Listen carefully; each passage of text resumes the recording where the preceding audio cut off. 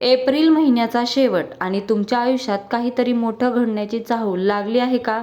अचानक मन अस्वस्थ होते, काही नवीन सुरू करण्याची इच्छा वाढते किंवा कोणीतरी खास व्यक्ती तुमच्या आयुष्यात येण्याचे संकेत दिसतायत.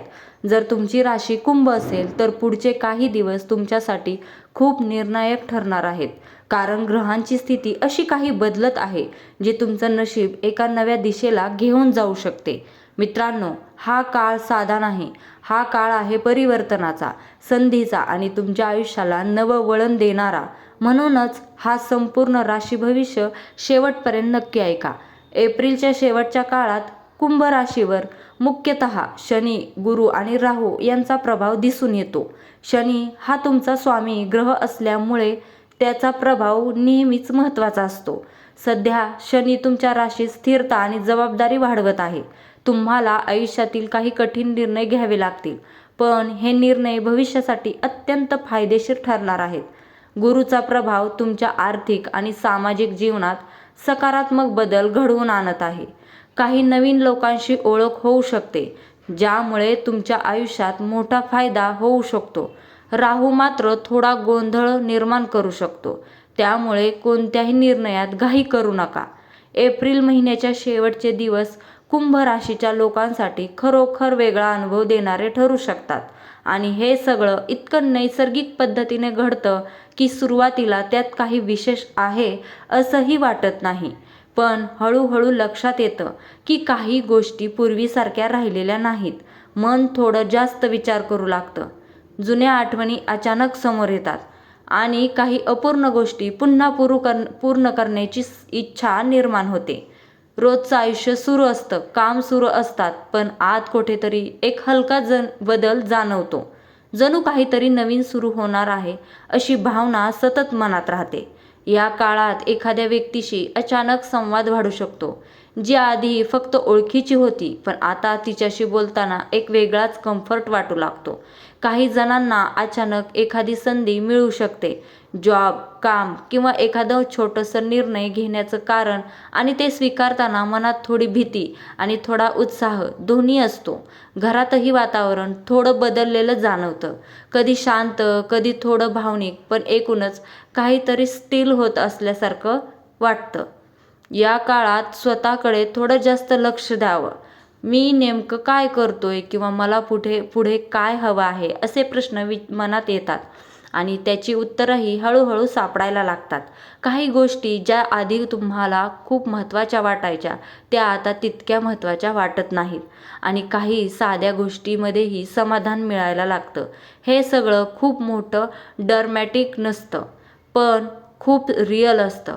असं आयुष्यात बदल हळूहळू येतात तसं. त्यामुळे या काळात घाई न करता प्रत्येक गोष्ट शांतपणे ऑब्झर्व्ह करणं महत्त्वाचं ठरतं.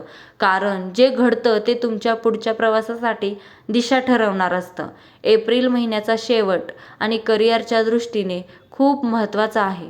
जे लोक नोकरी करत आहेत त्यांच्यासाठी हा काळ नवीन संधी घेऊन येऊ शकतो.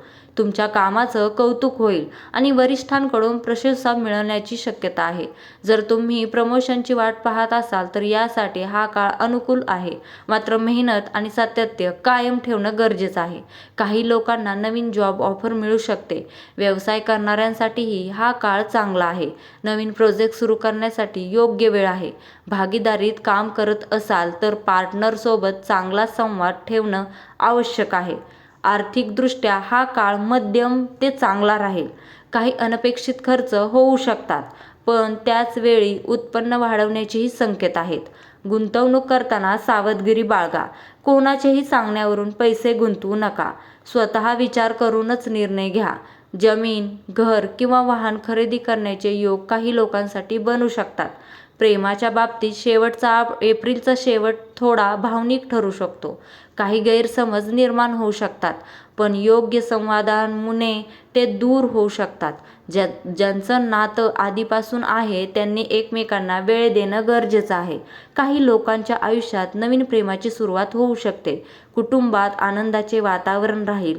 एखादी चांगली बातमी मिळू शकते. या काळात मानसिक तणाव जाणवू शकतो, त्यामुळे स्वतःसाठी वेळ काढणं खूप महत्त्वाचं आहे. योग, ध्यान आणि प्राणायाम केल्याने मन शांत राहील. आरोग्याच्या बाबतीत छोटी मोठी समस्या येऊ शकतात, पण योग्य काळजी घेतल्यास काहीही गंभीर होणार नाही.